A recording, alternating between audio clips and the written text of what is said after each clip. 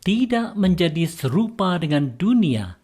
Refleksi pagi 615. Apa teguran keras Nabi Hosea kepada bangsa Israel yang bersukacita karena kemakmuran sesaat yang mereka alami?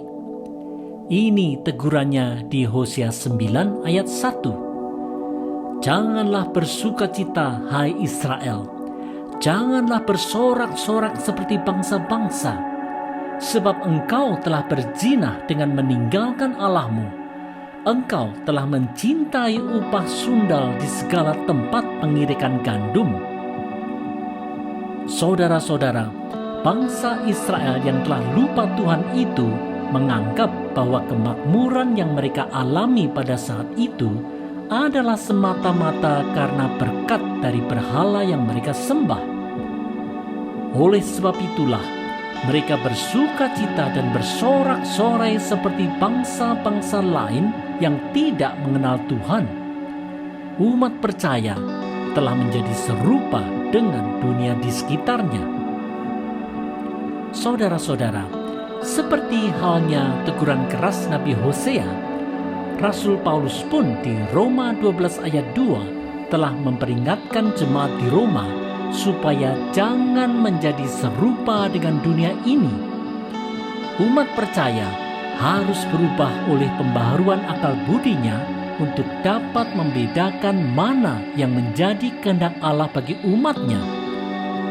Arus kehendak dari lingkungan yang cemar di sekitar kita memang sering begitu memikat orang percaya, sehingga ada saja orang yang kemudian larut dan ikut hanyut dalam kehendak dan tindakan cemar.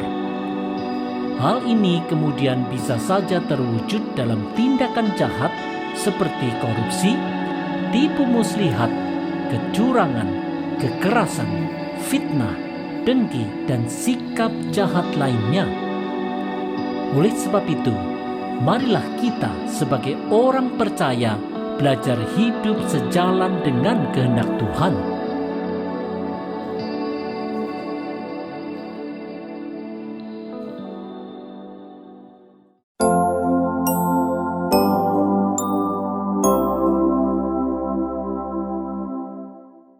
Mengingat Tuhan dalam segala hal.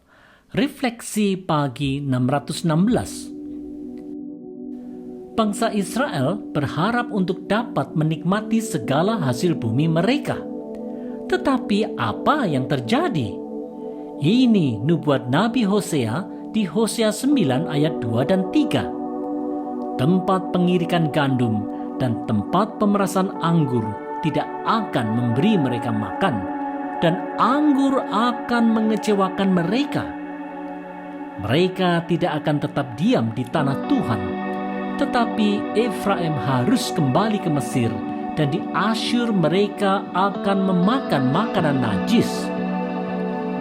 Saudara-saudara, walaupun bangsa Israel telah berjerih payah dalam mengelola dengan baik tanah mereka, bangsa Israel tidak akan dapat menikmati hasil jerih payah mereka. Ini karena bangsa Israel tidak lagi setia menyembah Tuhan, dan Tuhan membuang mereka ke tanah Asyur.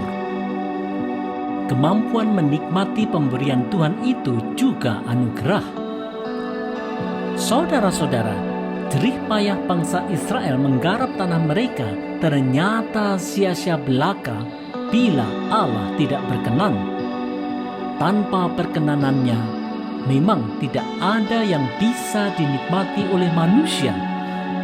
Tuhan memang bisa memberi anugerah kelimpahan materi, tetapi bila manusia tidak diberi kemampuan untuk menikmati semua berkat itu, maka ini adalah kesia-siaan.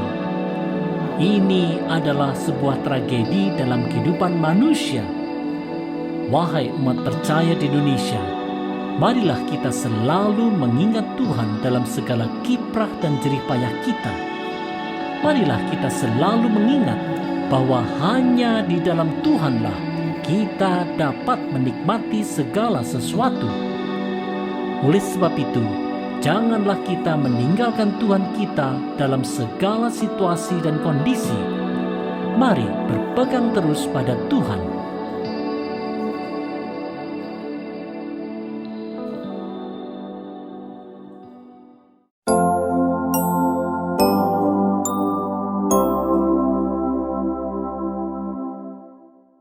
Mawas diri dan senantiasa taat.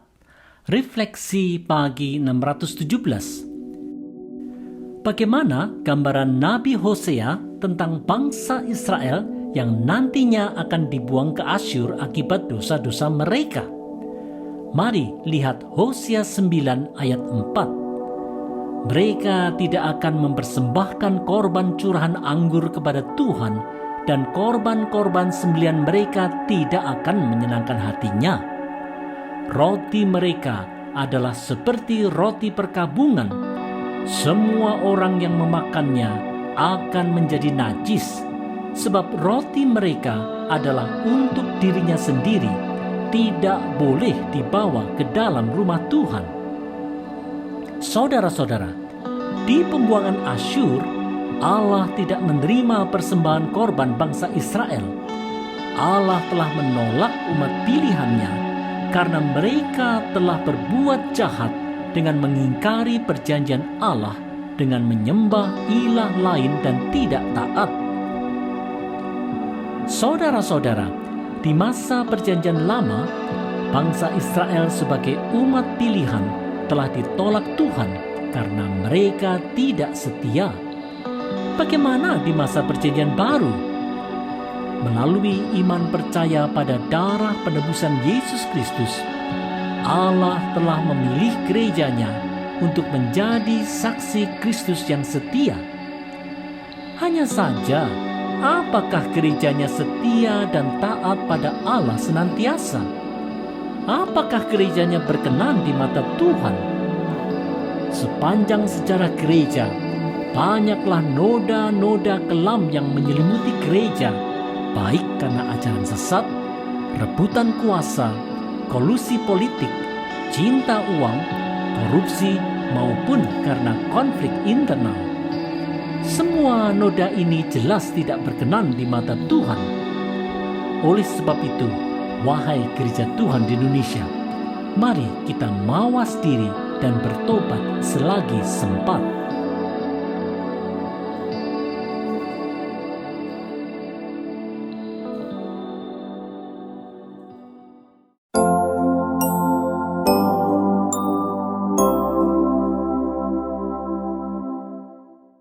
Tidak menyia-nyiakan anugerah Tuhan.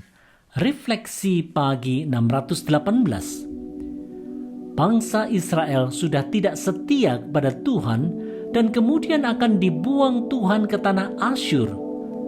Makanya patutlah kalau Nabi Hosea mempertanyakan hal ini.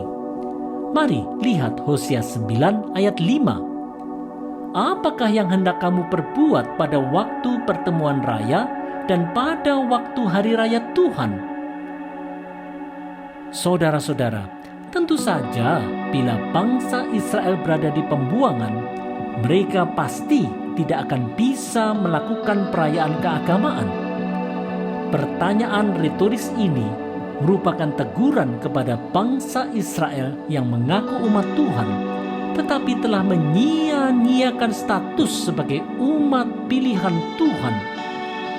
Mereka bahkan bertindak jahat dengan menyembah ilah lain. Anugerah status sebagai umat pilihan Allah mestinya dijaga dan bukan disia-siakan, bahkan dikhianati. Saudara-saudara, kalau dulu Allah memilih bangsa Israel untuk menjadi saksinya, pada masa perjanjian baru ini, melalui pengorbanan Yesus Kristus, Allah memilih kita sebagai orang percaya untuk menjadi saksinya kepada dunia di sekitar kita.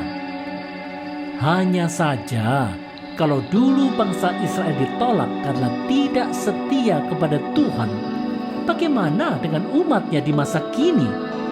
Apakah kita menyia-nyiakan dan menganggap enteng status istimewa kita itu? Marilah umat Tuhan di Indonesia, Jangan sia-siakan anugerah keselamatan yang Allah sudah limpahkan kepada kita semua. Marilah kita terus bertumbuh untuk menjadi saksi Kristus yang setia dimanapun kita berada. Marilah kita melakukannya dalam kekuatan yang dari Tuhan. Marilah maju terus.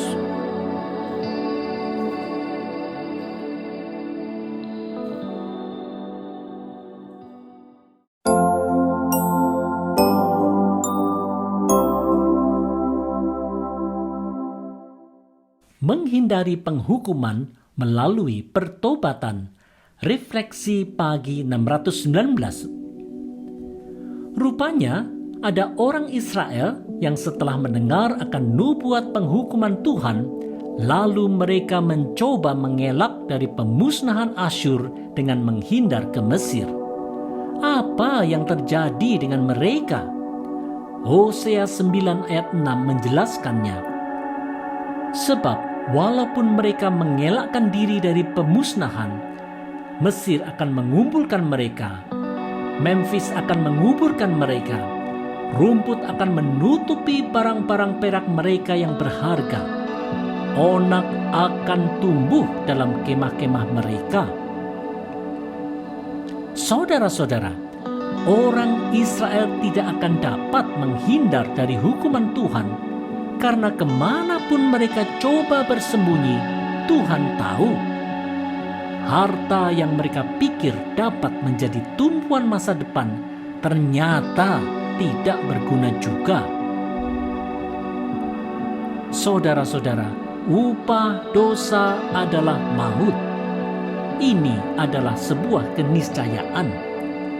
Karena umat Israel tidak setia pada panggilannya, bahkan menyembah berhala dan bertindak jahat, maka hukuman Allah pasti terjadi.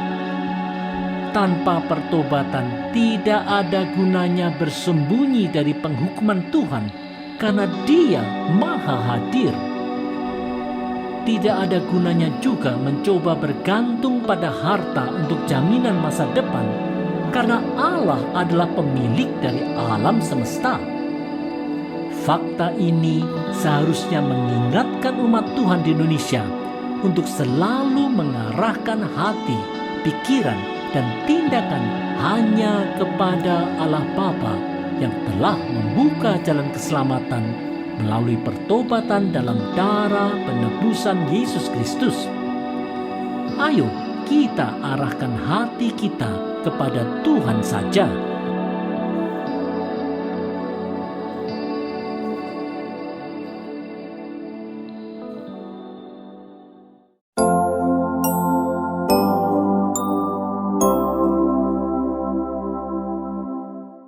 Setia mengumandangkan suara kebenaran.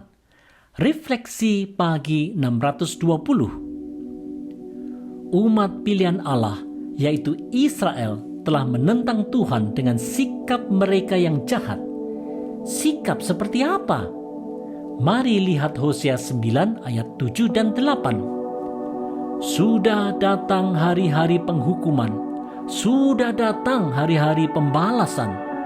Israel akan mengalaminya.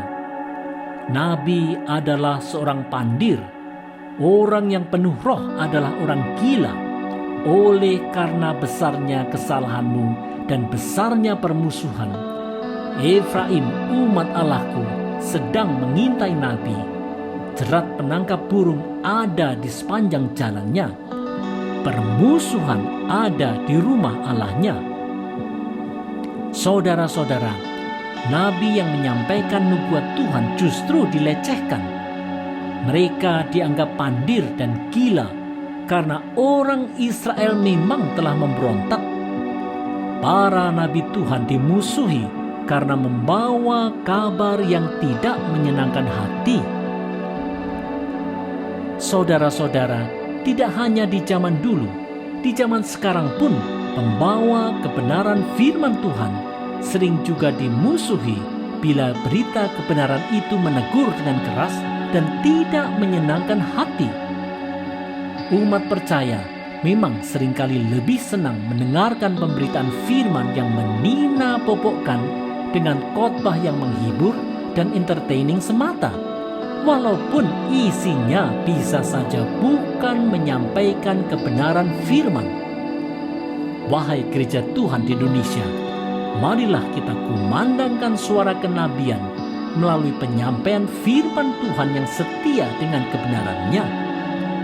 Mari sampaikan kebenaran firman dengan cara yang menarik, jelas, kreatif, serta relevan sehingga umat dapat tumbuh sehat.